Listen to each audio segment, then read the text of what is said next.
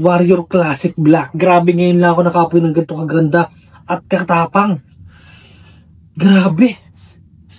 Yun, paalis ako ngayon mga para. So dumating yung pabangong hinihintay ko. Gamitin na natin to. That's G. Ang tagal ko na hinihintay to. Kasi ang dami ko napapanood. Grabe.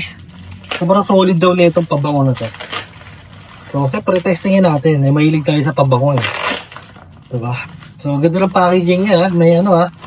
May bubble wrap pa to guys ha. Tapos tinanggal ko lang. Tapos may ganito siya na ano. Para di talaga mabasag. Safe na safe po. Tapos ang ganda ng box.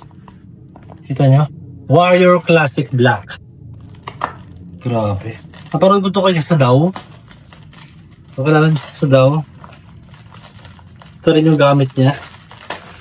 Yeah. Grabe. Classic Black.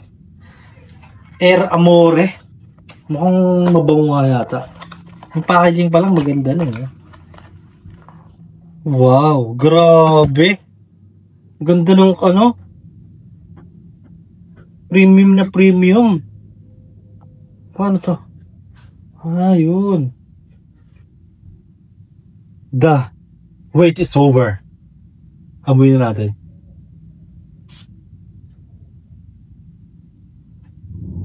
Grabe ang ano. Ang galante ng amoy niya.